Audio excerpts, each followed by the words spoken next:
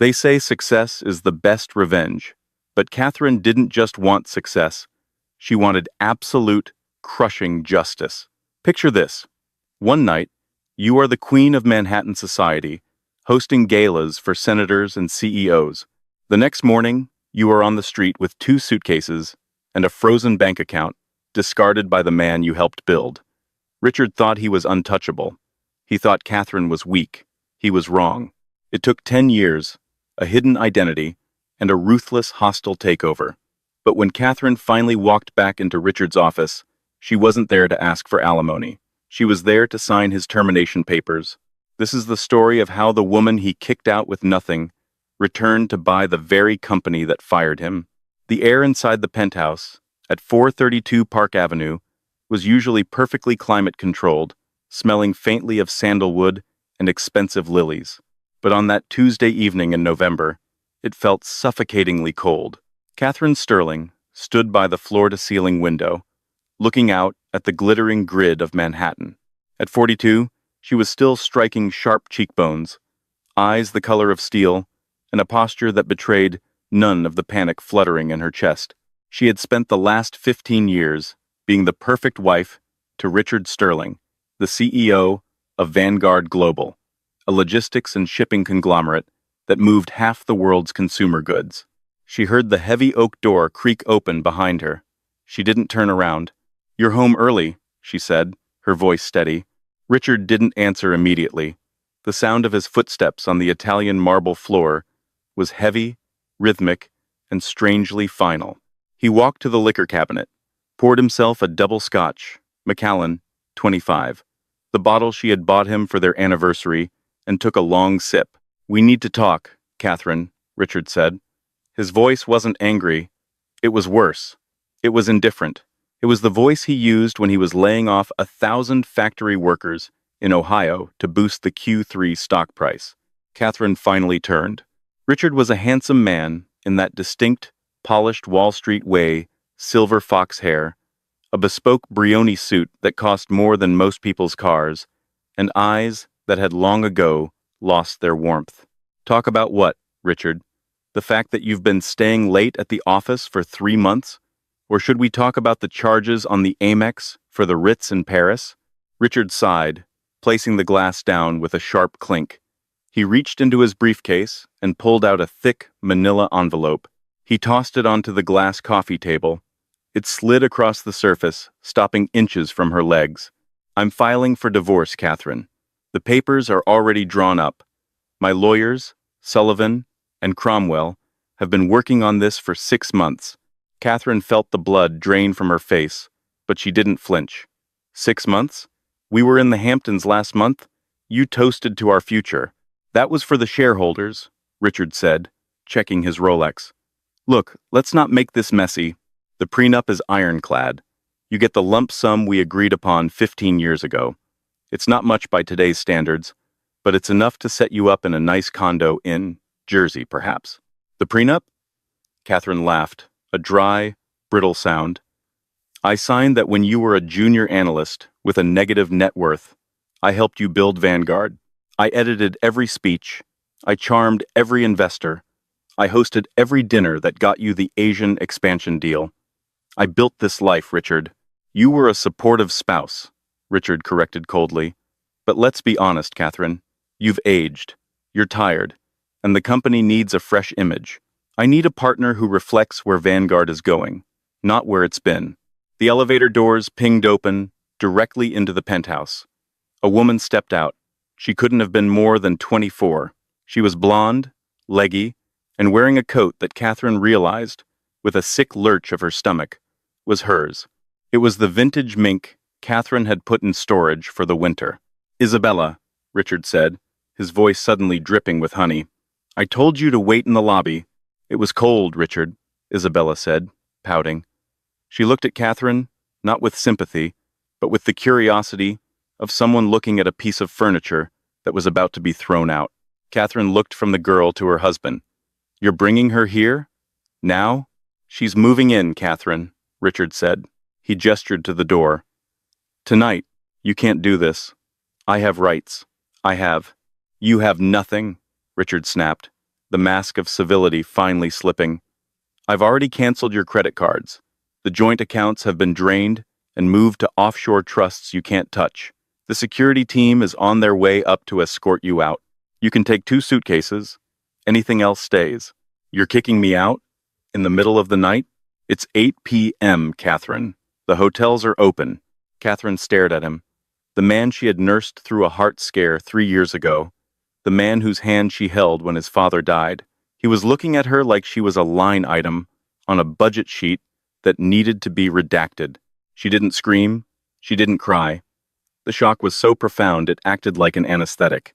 She walked to the bedroom, pulled out 2 Tumi suitcases, and packed with robotic efficiency. She took her clothes, her mother's jewelry, and a small, leather-bound notebook from her nightstand. When she walked back into the living room, 2 burly security guards, men she had greeted by name for years, were waiting. They wouldn't look her in the eye. "Escort Miss Miller out," Richard said, already using her maiden name. He was pouring a drink for Isabella. Catherine paused at the door. The wind from the elevator shaft hit her. She looked back one last time. "You think you're invincible, Richard," she said quietly. "But you forgot one thing. Vanguard isn't just numbers, it's people. And you just made an enemy of the one person who knows where all the bodies are buried." Richard laughed. "Goodbye, Catherine. Don't forget to leave your key card." The elevator doors closed, sealing her out of her life. 10 minutes later, Catherine stood on the sidewalk of Park Avenue. It had started to rain. She hailed a cab, but when she tried to pay with her black card, the driver shook his head. Declined. "Lady," she tried another card. Declined. She checked her bank app on her phone. Access denied. Richard hadn't just divorced her. He had erased her. She had $40 in cash in her purse and nowhere to go. The descent was fast and brutal. Catherine spent the first week in a flea-bitten motel in Queens, paying cash she got by pawning her diamond earrings. The jeweler, a greasy man on 47th Street, knew she was desperate and gave her 30 cents on the dollar. She took it. She had to eat. The reality of her situation hit her like a physical blow. She was 42, with a gap in her resume spanning 15 years. To the world, she was a socialite, a housewife. No headhunter in Manhattan would touch her. They all knew Richard. Vanguard Global was too powerful, and Richard had likely blacklisted her. Every interview ended the same way. "We appreciate your interest, Mrs. Sterling, but we're looking for someone with more recent operational experience. Or worse, aren't you Richard Sterling's wife? I don't think it would be appropriate for us to hire you, given the conflict of interest." By month 3, the pawn money was running out. Catherine moved into a basement apartment in Bushwick. It smelled of mildew and boiled cabbage. The heating pipes clanged all night, sounding like prison bars slamming shut. She sat on a mattress she'd bought at a thrift store, staring at the leather-bound notebook she had saved. It wasn't a diary. It was her shadow ledger. For years, Catherine had sat in on Richard's dinner meetings. She had listened as he bragged about skirting EPA regulations or how he leveraged debt to buy out competitors. She had notes on every major deal Vanguard had made in the last decade. She knew the company's logistics software, Vector, was outdated and prone to crashing a secret. Richard spent millions covering up. "I don't need a job," she whispered to the empty, damp room. "I need a weapon." The next day, she stopped applying for executive roles. She dyed her signature blonde hair a deep, nondescript chestnut brown and put on a pair of thick-rimmed glasses. She went by her middle name, Ann Miller. She applied for a job at Nexus, a scrappy, struggling logistics startup based in a converted warehouse in the Navy Yard. Nexus was trying to use artificial intelligence to optimize shipping routes, direct competition to Vanguard. But they were tiny, barely a blip on Richard's radar. The CEO of Nexus was a brilliant but chaotic 20-something named Arthur Pendleton. He interviewed her while eating a bagel, wearing a hoodie that looked like it hadn't been washed in weeks. "Look, Anne," Arthur said, looking at her resume, which she had creatively reformatted to downplay her wealth and highlight her organizational skills. "We can't pay much. You'd be an office manager / executive assistant. Coffee? Scheduling? keeping the lights on. We're burning cash fast. I don't care about the money, Catherine said, and she meant it. I see potential in what you're doing. Vanguard is a dinosaur. Their routing algorithms are based on 1990s logic. If you can integrate real-time weather and geopolitical data into your AI, you can beat them on speed by 15%. Arthur stopped chewing. He looked at her, really looked at her, for the first time.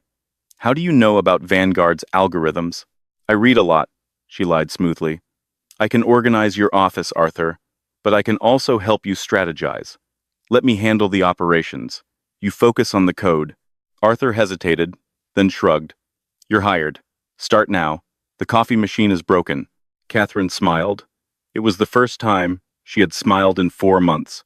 While Catherine was unclogging a coffee machine in Brooklyn, Richard was on the cover of Forbes. The headline read, "The King of Commerce, Richard Sterling on Love, Life, and Logistics." The article featured a photo of Richard and Isabella on a yacht in the Mediterranean. Isabella was wearing a diamond necklace that Catherine recognized. Richard had bought it for Catherine's 40th birthday, but claimed he had lost it. Catherine pinned the magazine cover to the peeling paint of her basement wall. "Enjoy the yacht, Richard," she muttered, wiping grease from her hands. "Because the storm is coming." Over the next 2 years, Catherine transformed Nexus. She was the first one in and the last one out. She imposed discipline on the chaotic startup. She used her knowledge of Vanguard's weaknesses to guide Arthur's development team. Vanguard was sluggish. Nexus became agile. Vanguard locked clients into long contracts. Nexus offered flexibility, but Catherine knew that to truly hurt Richard, they needed capital. Serious capital. And she knew exactly who to ask. There was one man Richard feared more than anyone, Jonathan Price. Price was an old-school corporate raider, a billionaire investor known as the Butcher of Wall Street. Richard had screwed Price over on a deal in 2018, costing Price $50 million. Price never forgave, and he never forgot. Catherine took a sick day from Nexus. She put on her one remaining good suit, a black Chanel number she had saved in plastic. She walked into the headquarters of Price Capital, not as Ann Miller, the office manager, but as Catherine Sterling. The receptionist tried to dismiss her. "Mr. Price doesn't take unsolicited meetings." "Tell him," Catherine said, her voice dropping to that icy tone she had mastered, "that I have the source code to Vanguard's failure. And tell him I'm Richard Sterling's ex-wife." 2 minutes later, she was ushered into the corner office. Jonathan Price was a small man, with eyes like shards of flint. He sat behind a desk the size of an aircraft carrier. "Mrs. Sterling," Price said, not standing up, "I heard you were living in a box. Richard tells everyone you had a mental breakdown." "Richard tells people a lot of things," Catherine said, sitting down uninvited. "I'm not here for charity, Jonathan. I'm here to make you $1 billion. Price leaned forward. "I'm listening. I work for a company called Nexus. We have the tech to wipe Vanguard off the map, but we need scaling capital. Richard is over-leveraged. He bought 3 shipping lines last year at peak market prices. His debt is ballooning. If Nexus starts stealing his major accounts, his stock will wobble. If his stock wobbles, his debt covenants trigger." She paused for effect. "And when his debt triggers, Vanguard will be vulnerable to a hostile takeover. You can buy him out for pennies on the dollar." Price stared at her for a long, silent minute. Then, a slow, terrifying smile spread across his face. "You want me to fund a competitor just to lower his stock price so I can buy his company?" "I want you to fund us," Catherine corrected. "And when you buy Vanguard, I want one thing in the contract." "And what is that?" "I want to be the one who fires him." Price chuckled. It was a dry, rasping sound. "You're wicked, Catherine. I like it. How much does Nexus need?" $20 million. Series A. Price pulled out a checkbook. "Done." Catherine walked out of the building with a check for $20 million in her purse. She pulled out her phone and called Arthur. "Arthur," she said, "order pizza. We're working late. We just got funded." Back in his penthouse, Richard was arguing with Isabella. She wanted a new villa in Tuscany. He was trying to explain that cash flow was a bit tight this quarter. He had no idea that 20 blocks away, the fuse had just been lit on a bomb that would destroy his entire world. Success in New York City is usually loud. It's champagne popping, engines revving, and headlines screaming. But the rise of Nexus was quiet. It was a predator moving through tall grass. With Jonathan Price's $20 million, Catherine didn't buy fancy furniture or penthouse offices. She hired engineers. She poached the best data scientists from Google and angry operations managers who Richard had fired from Vanguard. She moved Nexus out of the basement and into a nondescript, industrial loft in Long Island City. It wasn't glamorous, but it was a war room. One wall was entirely glass, covered in sticky notes and schematics. The other wall was a digital map of the world, tracking shipping lanes in real time. Catherine, still going by Ann Miller, stood before the map. Her hair was still brown, pulled back in a severe bun. She wore turtlenecks and slacks, a stark contrast to the couture gowns of her past life. "Target number 1, Catherine announced to the senior team. She slapped a photo onto the whiteboard. It was a picture of a massive distribution center in Ohio. Red Mammoth Retail. Arthur Pendleton, the CEO, spun in his chair. "Anne, are you crazy? Red Mammoth is Vanguard's crown jewel. Richard has held that contract for 12 years. It accounts for 20% of his revenue. He'll nuke us if we get close." "He won't see us coming," Catherine said calmly. "I reviewed Richard's contract with Red Mammoth 5 years ago. It has a fuel surcharge clause. Richard charges them extra if oil goes above a certain price. But oil prices have dropped in the last 6 months, and I happen to know Richard hasn't adjusted the billing. He's overcharging them by approximately $3 million a quarter." The room went silent. "That's fraud," Arthur whispered. "It's aggressive accounting," Catherine corrected with a dark smile. "And it's our way in." Catherine didn't approach Red Mammoth directly. She knew their VP of logistics, a man named David Thorne. She knew David hated golf, but loved vintage motorcycles. Richard always took David golfing. Catherine sent Arthur to a vintage bike auction in bold, instructed him to buy a 1948 Indian Chief, and accidentally run into David Thorne. 2 weeks later, Nexus had a meeting with Red Mammoth. They didn't meet in a boardroom. They met in a diner in Jersey City, away from prying eyes. Catherine sat in the corner, wearing a baseball cap, coaching Arthur through an earpiece. "Show him the data, Arthur," she whispered. "Slide 4, the overcharge analysis." Arthur slid the tablet across the table to David Thorne.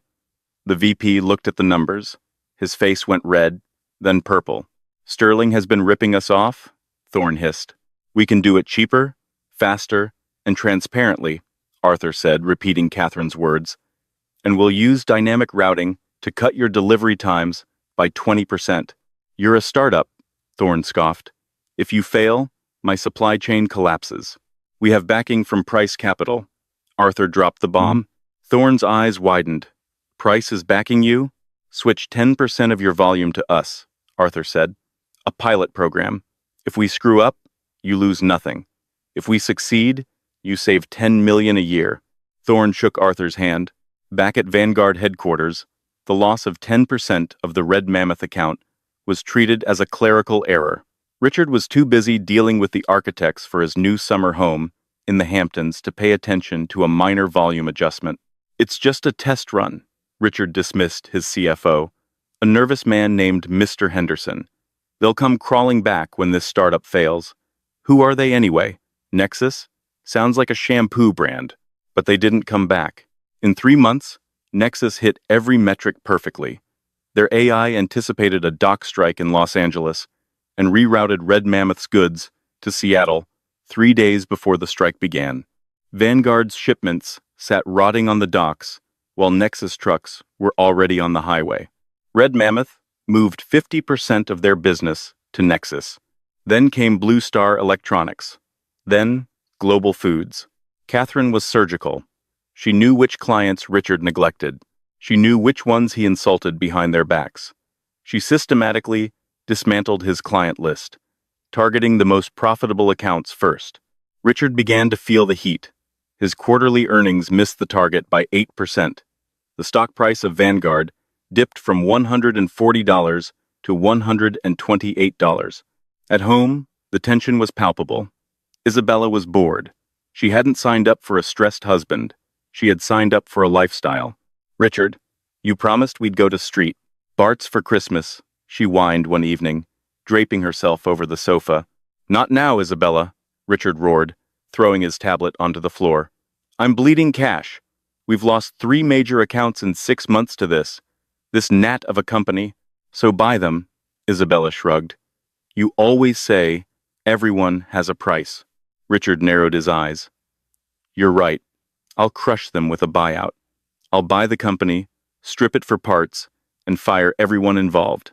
He didn't know that the person he was planning to fire was the woman he had already discarded. The offer came in January. Vanguard Global offered to buy Nexus Logistics for $150 million. It was a staggering amount of money. For Arthur and the engineers, it was retire forever money. The office buzzed with excitement. "We have to take this, Anne," Arthur said, pacing the boardroom. $150 million. We've only been operating for 2 years. Catherine sat at the head of the table. She looked at the offer letter on the screen. It was signed by Richard Sterling. "No," she said. "No?" Arthur stopped pacing. "Anne, are you insane? This is the exit strategy." "This isn't the exit," Catherine said, her voice dropping an octave. "This is the bait. If we sell now, Richard buries our tech. He fires the staff. He goes back to his monopoly, and he wins. Do you want money, Arthur, or do you want to change the industry?" "I want the money," one of the junior developers shouted. Catherine stood up. She walked to the window. "Richard is offering $150 million because he's scared. He knows his Q4 numbers are going to be a disaster. He's trying to buy us to hide his losses. If we wait, if we push harder, we don't just get paid. We get everything." She turned to Arthur. "Reject the offer. Tell him the price is double." Arthur looked at her, terrified, but he trusted her. He sent the rejection. Richard's reaction was explosive. According to the gossip Catherine heard from her old contacts, Richard threw a crystal tumbler against the wall of his office, shattering a $50,000 piece of art.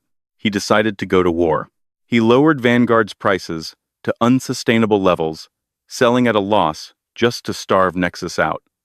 He launched a smear campaign in the trade press, claiming Nexus's AI was unsecure and leaked customer data. It was a brutal winter. Nexus lost 2 clients. Morale plummeted. They were burning cash, fighting the PR war. Catherine worked 20-hour days. She slept on a cot in her office. She stopped dyeing her hair, letting the silver roots show, simply pulling it back tighter. She looked haggard, but her eyes burned with a terrifying intensity. She needed a knockout blow, and she found it in the Vector system, Richard's old logistics software. She knew that the Vector system had a leap year bug. It was a coding flaw from the early 2000s that Richard had been too cheap to fix. It had never mattered before, but this year was a leap year, and the flaw was scheduled to trigger on February 29th. Catherine met with Jonathan Price again. "He's undercutting us," Price said, tapping his fingers on the desk. "I'm losing patience, Catherine. My analysts say we should have sold." "Wait until March 1st, Catherine said. "Just wait." What happens on March 1st? The lights go out at Vanguard. February 29th arrived. It was a Thursday. At 8 a.m., the Vanguard global tracking system froze. Drivers in Germany couldn't access their routes. Ships in Singapore couldn't offload cargo because the digital manifests were corrupted. Warehouses in Texas went dark. It was global chaos. Richard was on CNBC Live when the news broke. The ticker at the bottom of the screen flashed. Vanguard system failure. Global supply chain halted. The anchor asked, "Mr. Sterling, reports are coming in that your entire network is down. What is happening?" Richard, sweating visibly under the studio lights, stammered, "It's a minor glitch. We are rebooting." It wasn't a minor glitch. The system was down for 48 hours. Billions of dollars in goods were stalled. Fresh produce rotted in containers. Auto factories shut down because they didn't get their parts. And there was Nexus, running smoothly. Catherine gave the order, call every Vanguard client. Now, tell them we are operational. Tell them we have capacity. The phones at Nexus didn't stop ringing for 3 days. It was a stampede. Desperate companies, furious at Vanguard, broke their contracts and switched to Nexus just to keep their businesses alive. In 1 week, Vanguard lost 40% of its market share. The stock price didn't just dip, it crashed. It plummeted to $45 a share. Richard was ruined. The board of directors was calling for his head. The banks were calling in his loans. And in the penthouse, Isabella was packing. You're leaving? Richard asked, sitting amidst the wreckage of his life. He was unshaven, wearing the same suit for 3 days. You're broke, Richard, Isabella said, zipping up her Louis Vuitton bag, one he had paid for. And honestly, you're kind of pathetic when you cry. She walked out, leaving him exactly how he had left Catherine, alone in a cold, expensive room. But Richard had one card left, a desperate Hail Mary pass. He called an emergency shareholder meeting. He was going to propose a merger with a European rival. It was a terrible deal, one that would destroy the company's legacy, but it would save his own skin and give him a golden parachute. He scheduled the vote for the annual Logistics Summit Gala in April. He needed to charm the shareholders one last time. Catherine saw the announcement. She called Jonathan Price. It's time, she said. Buy? Price asked. Buy everything, Catherine answered. Start acquiring the voting shares. Do it through shell companies so he doesn't see it coming. By the night of the gala, I want us to own 51%. And you? Price asked. Are you ready to come back from the dead? Catherine looked at her reflection in the dark window of the office. Yes, I need a dress. The Pierre Hotel ballroom was dripping with crystals and smelling of desperate money. This was the event of the season for the industrial elite. Richard Sterling stood at the podium. He looked thinner, older. The stress lines around his mouth were deep trenches, but he put on the show. He wore his tuxedo like armor. Ladies and gentlemen, Richard boomed, his voice echoing, Vanguard has faced challenges, but like the phoenix, we will rise. This merger with Eurotrans will secure our future. The crowd applauded politely, but the room was tense. Everyone knew the stock was in the toilet. Everyone knew Richard was fighting for his life. At the back of the room, the heavy double doors opened. The room went quiet, a ripple of silence spreading from the back to the front. A woman walked in. She was wearing a gown of midnight blue velvet that hugged her curves and trailed behind her like a royal train. Diamonds, real diamonds, loaned by Jonathan Price, glittered at her throat. Her hair was blonde again, styled in the same elegant wave she used to wear, but sharper, more modern. It was Catherine. But it wasn't the Catherine who left. This woman walked with the predatory grace of a panther. She was flanked by Jonathan Price on one side and Arthur Pendleton on the other. Richard stopped speaking mid-sentence. He squinted against the spotlight. He recognized the walk first, then the eyes. His microphone picked up his whisper. Catherine? She didn't stop. She walked straight through the center of the room, the crowd parting for her like the Red Sea. She walked right up to the stage. Security guards stepped forward, but Jonathan Price held up a hand. She's with me, and I own the venue for the night. Catherine stopped at the foot of the stage. She looked up at Richard. Hello, Richard, she said. Her voice wasn't amplified, but in the silent room, everyone heard it. What are you doing here? Richard hissed, leaning over the podium. You weren't invited. Security. Actually, Catherine said, reaching into her clutch and pulling out a document.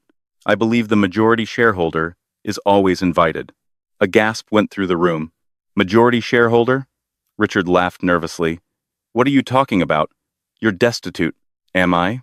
Catherine smiled. It was a terrifying smile. Jonathan, would you like to read the numbers? Price stepped forward. As of 4 p.m. today, Nexus Logistics, backed by Price Capital, has acquired 52% of the outstanding voting shares of Vanguard Global. We bought the debt, Richard, and we converted it to equity. Richard's face went white. He gripped the podium so hard His knuckles turned yellow. That's impossible. That's a hostile takeover. It's just business, Catherine said, echoing the words he had said to her years ago. You can't do this, Richard stammered. I am the CEO. I built this. And you broke it, Catherine said. She climbed the stairs to the stage. The click of her heels was the only sound in the room. She stood next to him at the podium. She was taller than him in her heels. She took the microphone from his hand. He was too in shock to stop her. Ladies and gentlemen, Catherine addressed the stunned crowd, the merger with Eurotrans is cancelled. Murmurs of confusion and excitement broke out. My name is Catherine Sterling. Some of you know me as Richard's wife. Some of you know me as Ann Miller, the COO of Nexus. Shocked whispers. Ann Miller? The woman who stole the Red Mammoth account? I spent 15 years building this company from the shadows, Catherine continued, and I have spent the last 3 years building the company that beat it. Today, Nexus and Vanguard are one. We are merging the fleets. We are upgrading the tech. She turned to Richard. He looked small, shrunken, and as the new chairwoman of the board, Catherine said, her voice hard as steel, my first act of business is to address a redundancy in senior management. She pulled a folded envelope from her purse. It was identical to the one he had given her years ago.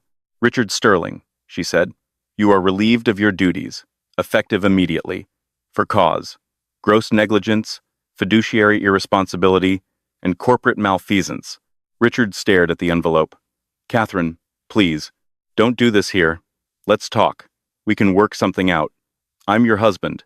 Ex-husband, she corrected. And we have nothing to talk about. The security team is waiting to escort you out. You can take your personal effects. Anything owned by the company stays. You can't kick me out, he whispered, tears forming in his eyes. I have nowhere to go. Isabella left me. The house is foreclosed. Catherine leaned in close, so only he could hear. It's 9 p.m., Richard. The hotels are open. She signaled the guards. The same guards who had escorted her out years ago stepped forward. They looked at Catherine with respect this time. Mr. Sterling, the head guard said. This way, sir. Richard was led off the stage, dragging his feet, humiliated in front of the entire industry he once ruled. Catherine watched him go. She didn't feel joy. She didn't feel sadness. She felt a heavy, clean sense of balance restored. She turned back to the crowd, to the flashing cameras, and the stunned faces of the billionaires and senators. Now, Catherine said, smoothing her dress, does anyone have any questions about the Q3 logistics strategy? The room erupted in applause. The morning after the gala, the sun rose over Manhattan with a crisp, indifferent brightness. For Catherine Sterling, now the CEO of the newly merged Nexus Vanguard conglomerate, it was the first day of the rest of her life. She sat in Richard's old office. It felt different now. She had ordered the heavy, imposing mahogany furniture to be removed immediately. In its place stood sleek, modern glass desks and open collaborative spaces. She had the walls painted a soft, calming slate gray, covering the oppressive hunter green Richard had loved. But the real work wasn't redecorating. It was excavation. As Catherine and her team dug through the Vanguard servers, they found rot. Deep, systemic rot. Richard hadn't just been lazy. He had been reckless. There were hidden debts parked in Cayman Island shell companies, unpaid vendor invoices dating back years, and safety violations that had been swept under the rug with bribes. He was running a Ponzi scheme disguised as a shipping company, Arthur Pendleton said, tossing a stack of files onto Catherine's desk. He looked exhausted but exhilaratingly alive. If we hadn't taken over, this whole place would have imploded within 6 months. He would have gone to federal prison. He might still, Catherine said, sipping her black coffee, but that's not our concern. Our concern is the pension fund. Richard raided it to pay for his jet. We need to replenish it before the employees find out. That will cost us $30 million, Arthur warned. It'll wipe out our profits for the year. Do it, Catherine said without hesitation. We aren't Richard. We build. We don't steal. While Catherine was saving the livelihoods of 40,000 employees, Richard Sterling was waking up on a futon in a studio apartment in Weehawken, New Jersey. He had $1,200 $200 in his checking account. The fall had been absolute. The golden parachute he had hoped for was denied by the board due to the gross cause clause Catherine had triggered. His stock options were worthless because they were tied to performance metrics he had falsified. The IRS was auditing him. Isabella had blocked his number. Even his friends, the men he played poker with, the senators he donated to, had ghosted him. In New York society, poverty is a contagious disease, and Richard was patient zero. He sat on the edge of the futon, staring at his reflection in a cracked mirror he'd bought at a garage sale. The face looking back was gray, unshaven, and terrified. "I am Richard Sterling," he whispered, trying to summon the old magic. "I am a titan of industry." But the room didn't answer. The radiator just hissed. He needed a job. He put on his one remaining suit, the one he had worn to the gala, now slightly wrinkled, and took the bus into the city. He walked into the offices of Global Logistics, a competitor he had once tried to bully. He demanded a meeting with the CEO, a man named Marcus Trend. "I can offer you insights into Vanguard's weaknesses," Richard pitched, sitting across from Marcus. "I know how Catherine thinks. She's emotional. She's weak. I can help you crush her." Marcus Trend looked at Richard with a mixture of pity and disgust. "Richard," Marcus said gently, "Catherine didn't beat you because she's emotional. She beat you because she's better than you. Her Q1 numbers are out. She's up 20%. Employee retention is at an all-time high. She fixed the supply chain mess you created." "She got lucky," Richard snapped. "She had Price's money." "She had vision," Marcus corrected, standing up. "We aren't hiring, Richard. And frankly, even if we were, you're uninsurable. You're a liability. Please leave before I call security." Richard walked out onto 6th Avenue. It started to rain again. It seemed it was always raining in his new life. He walked past a newsstand. The Wall Street Journal featured a picture of Catherine. She was wearing a hard hat, shaking hands with dockworkers in Baltimore. The headline read, "The People's CEO, How Catherine Sterling Saved American Shipping." Richard felt a bile rise in his throat. He wanted to scream. He wanted to tear the paper apart, but he didn't have the dollar to buy it. The months dragged on. Richard's savings evaporated. He sold his watch. He sold his cufflinks. He eventually sold the custom Italian shoes off his feet to a consignment store for $50. He applied for mid-level management jobs. Rejected. He applied for consulting gigs. Rejected. He applied for a job as a floor manager at a warehouse. The hiring manager, a woman in her 30s, looked at his resume and laughed. Overqualified and underskilled. Next. By November, exactly 1 year after he had kicked Catherine out, Richard Sterling was destitute. He was facing eviction from the Weehawken studio.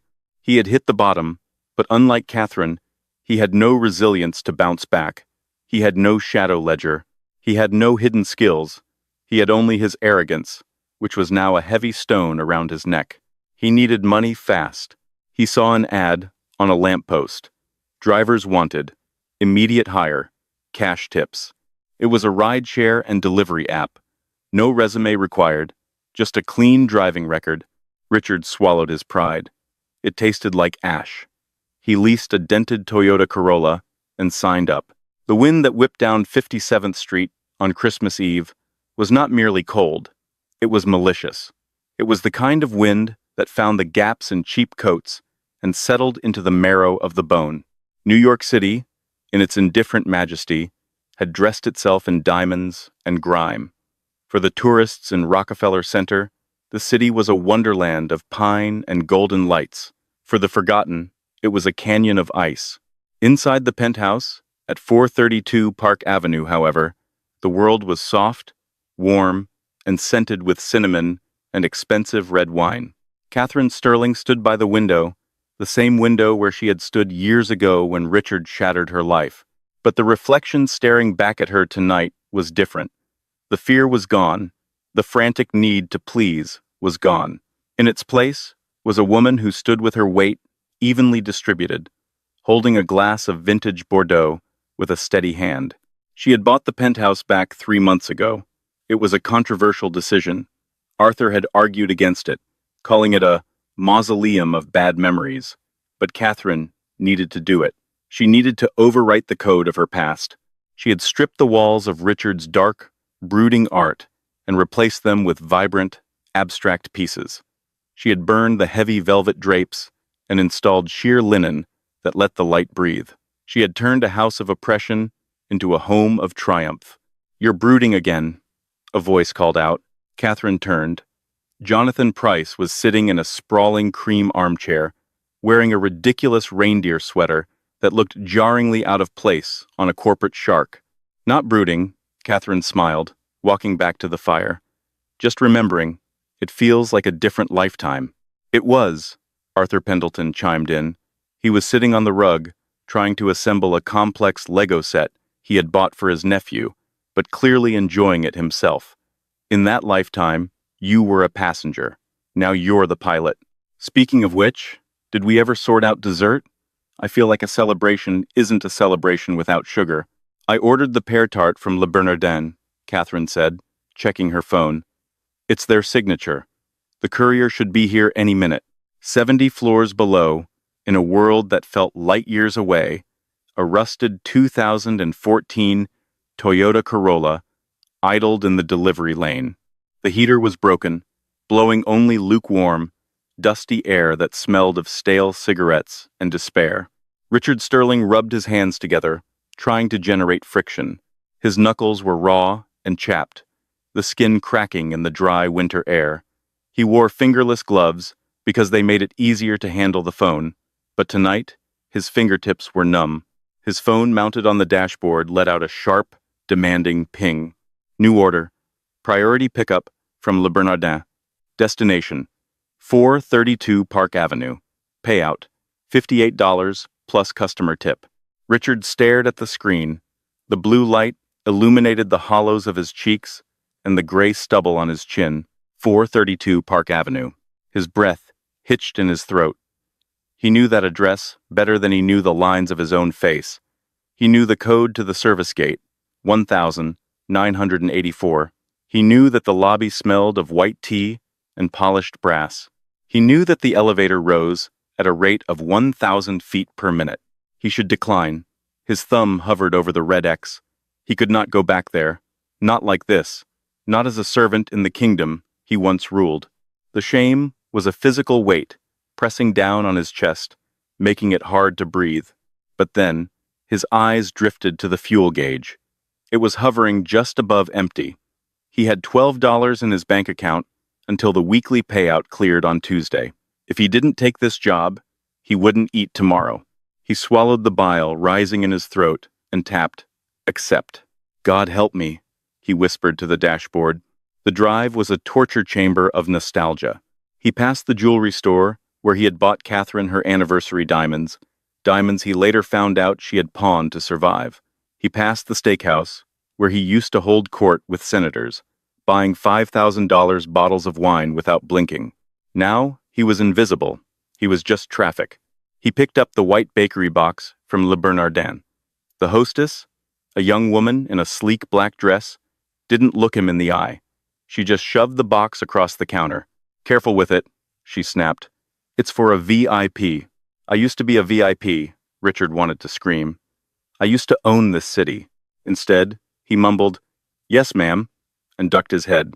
When he arrived at 432 Park, the humiliation deepened. The main doorman, a stalwart named Henry, who had worked there for 20 years, was still on duty. Richard pulled his wool hat down low, hiding his face.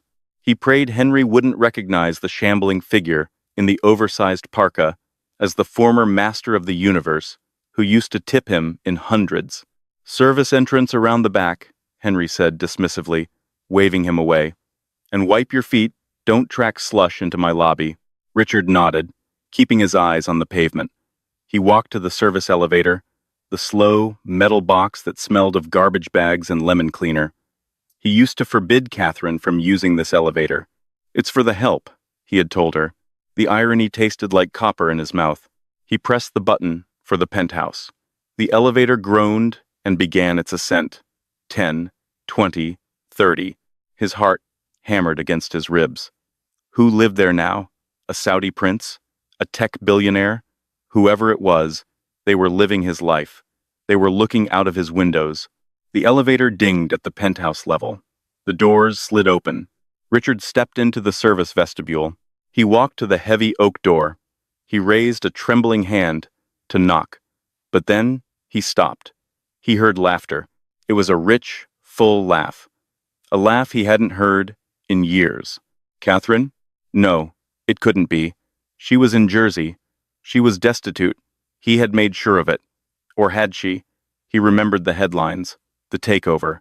The blur of his downfall was so chaotic, he had blocked most of the details out. But he knew she had won. He just didn't realize she had reclaimed the throne. He wanted to turn around. He wanted to leave the box on the mat and run. But his feet were lead. He was paralyzed by a morbid, masochistic curiosity. He rang the bell. Inside, the chime echoed softly. "I'll get it," Catherine called out. She set her wine glass down on the marble island. "Arthur, don't let Jonathan eat the garnishes." She walked to the door, her cashmere sweater soft against her skin, her mind completely at ease. She expected a faceless courier. She expected a transaction. She opened the door. The hallway light was bright, unforgiving. It cast harsh shadows on the man standing there. For 3 seconds, there was no sound in the universe. Catherine stared. The man was stooped. His parka was stained with grease. He wore cheap, oversized cargo pants and boots that were worn down at the heels, but the eyes, pale, watery, and terrified, were unmistakable. Richard? The name escaped her lips before she could stop it. It wasn't spoken with malice. It wasn't spoken with anger. It was spoken with pure, unadulterated shock. Richard flinched, as if she had struck him. He looked at her. He took in the glow of her skin, the way she stood tall and unafraid, the warmth of the apartment behind her. He saw the Christmas tree sparkling in the corner, the spot where he used to put his golf clubs. He saw the life he had thrown away. Richard's voice cracked. It was a rusty, unused thing. He cleared his throat, trying to salvage a shred of dignity, but there was none left to find. "I have a delivery for Miss Sterling." He held out the white box. His hands were shaking so violently that the string on the box vibrated. Catherine looked at the box, then back at his face.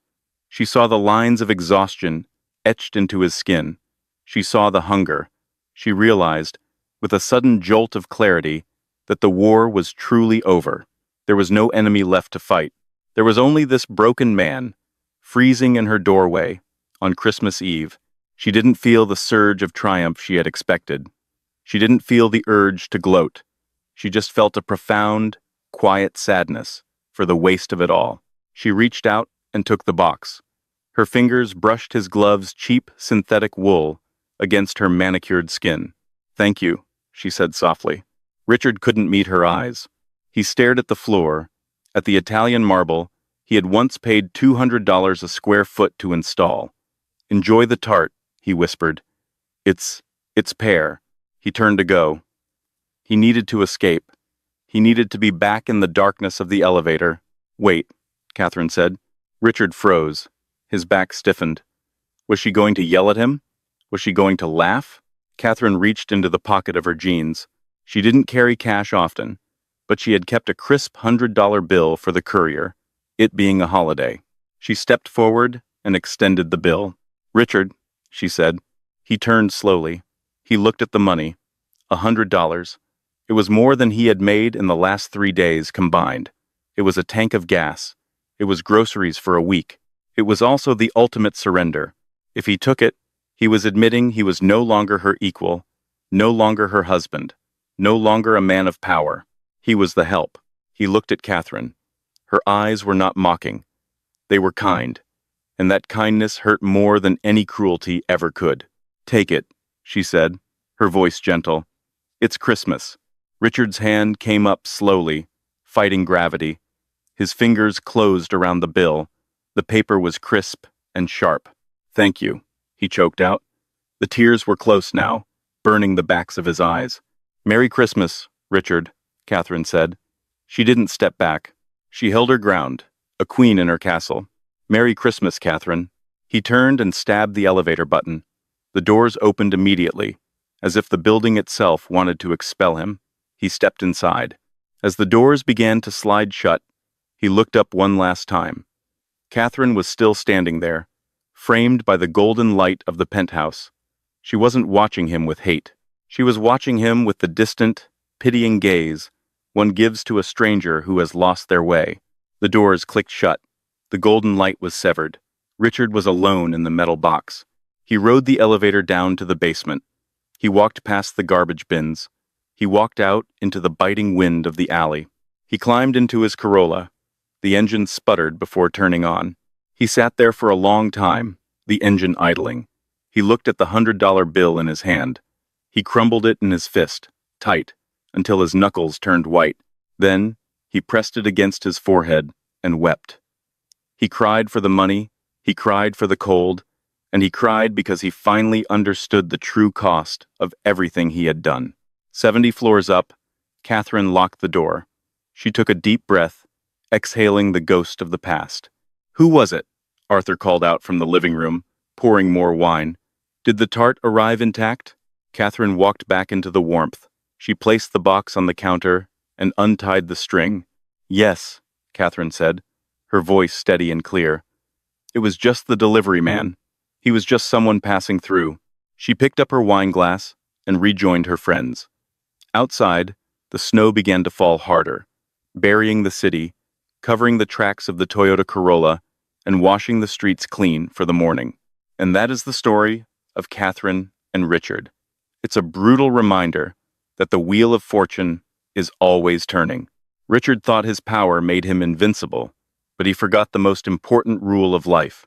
Be careful who you step on during your way up, because they are exactly the people you will meet on your way down. Catherine didn't just win because she was smart. She won because she kept her dignity when she had nothing else.